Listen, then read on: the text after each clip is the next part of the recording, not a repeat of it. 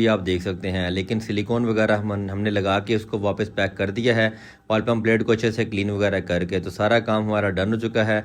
गाड़ी हमारी बिल्कुल ओके हो चुकी है। मेन प्रॉब्लम जो थी, ऑयल पम्प जो था वो हमारा सिपिज कर रहा था, उसको हमने क्लीन करके सिलिकॉन लगा दी है। जो ऑयल पैन था वो हमने चेंज कर दिया है। इस पॉइंट से हमें हमारे जो ऑयल पैन था वो डैमेज हुआ था, उसके अंदर होल हुआ था, इसलिए उसको हमने चेंज कर दिया। लेकिन इंजन शील्ड कस्टमर कह रहे थे कि उसको ज़रूरत नहीं है, आप उसको ऐसे ही गाड़ी के साथ दोबारा से लगा दें। सारा काम हमने डन कर दिया है।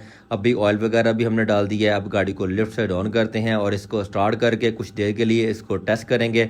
अगर कोई लीकेज सीपेज है तो उसको हल करेंगे, नहीं है तो फिर गाड़ी को टेस्ट करके हम गाड़ी कस्टमर को डिलीवर कर देंगे। तो फाइनली सारा काम हमने कंप्लीट कर दिया है। कंप्लीट करने के बाद गाड़ी को हमने स्टार्ट कर लिया है। गाड़ी की जो स्टार्टिंग है वो भी बिल्कुल ओके है। जो ऑयल की लाइट थी वो भी हमारी बंद हो चुकी है और गाड़ी के अंदर किसी किस्म का कोई भी चेक इंजन साइन नहीं है। गाड़ी हमारी बिल्कुल अल्हम्दुलिल्लाह मैकेनिकल प्लस इलेक्ट्रिकल डन है। कोई